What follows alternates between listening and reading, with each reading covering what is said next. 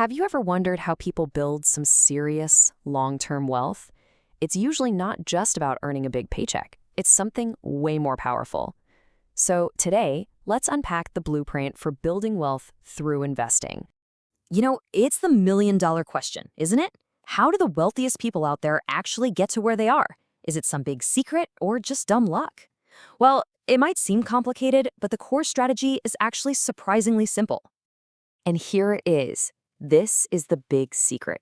They don't just work for their money, they make their money work for them. So instead of just letting their cash sit around, they put it to work. They invest it. They turn what they already have into brand new sources of income. And that right there is the heart of investing. Okay, so to really build our understanding here, we've got to start with the foundation. Let's get right down to it. What does investing actually mean? Think of it like this. Investing is when you choose to use your money to buy things that can grow in value, instead of buying something you use up right away. It's kind of like planting a money tree for your future, instead of just eating the seeds today. All right, so now that we know what investing is, let's look at the two main building blocks of the whole investment world. I'm sure you've heard these words thrown around, but what's the real difference between stocks and bonds?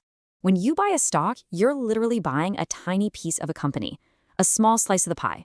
You become a part owner or a shareholder. And this can make you money in a couple of ways, through dividends, which is basically you getting your share of the company's profits, or through what's called capital gains, which is the profit you make if you sell the stock for more than you paid. It's definitely riskier, but the potential reward way higher.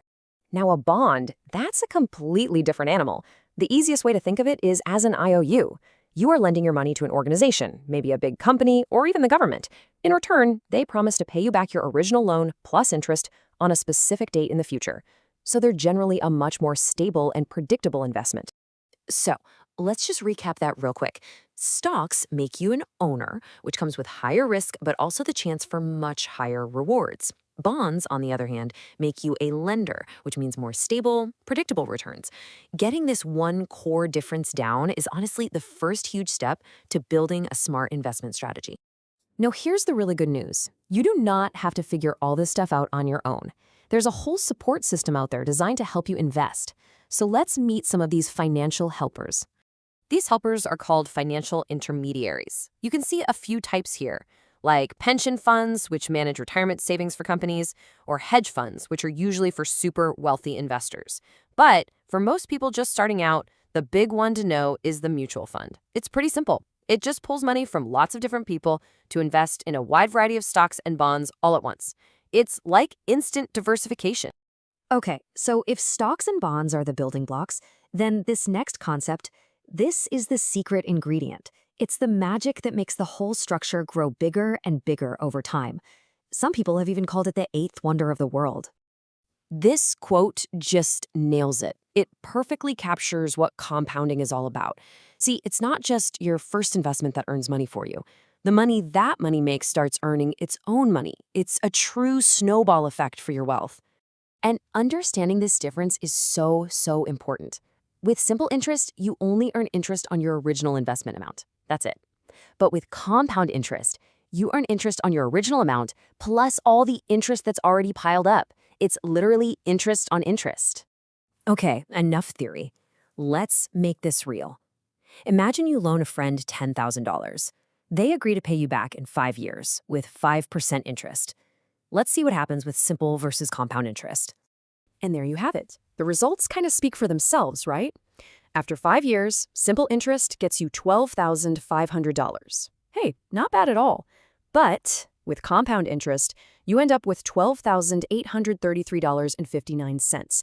And believe me, the longer you let it grow, the bigger and bigger that gap becomes. That little difference, that extra $333 and change, that is pure profit. It was generated entirely by that interest on interest effect. It's basically free money created by the money you already earned. Now that is the power of compounding. So we have our foundation, we have the components, and we've got the secret ingredient. Now let's tie it all together with two simple, absolutely timeless rules for success. This is the master plan. This is probably the most famous piece of advice in all of investing, and for a really good reason. It's called diversification.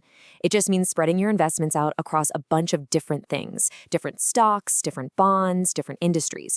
This lowers your risk because if one of your investments does poorly, it's not going to sink your entire ship. And here we go, the final and maybe most crucial point. This one ties right back to that magic of compounding. Time is your single greatest ally. The longer your money is invested, the more powerful that snowball effect becomes. So while it's really tempting to wait for the perfect moment to jump in, the single best time to start investing is always now. So there you have it. We've laid out the fundamentals, what investing really is, the core pieces like stocks and bonds, and those incredible forces of compounding and time. The blueprint is officially in your hands. So the only question left is, what are you going to build with it?